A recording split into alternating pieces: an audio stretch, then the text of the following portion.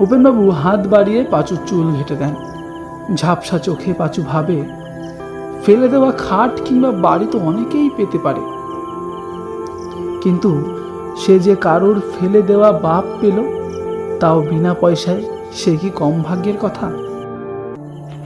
নমস্কার, আমি রাজদীপ মল্লিক। আপনারা শুনছেন আননোন সাসপেন্স। আজকের যে বিশেষ গল্প আপনাদের শোনাবো সেটি নেওয়া হয়েছে আনন্দবাজার পত্রিকা থেকে।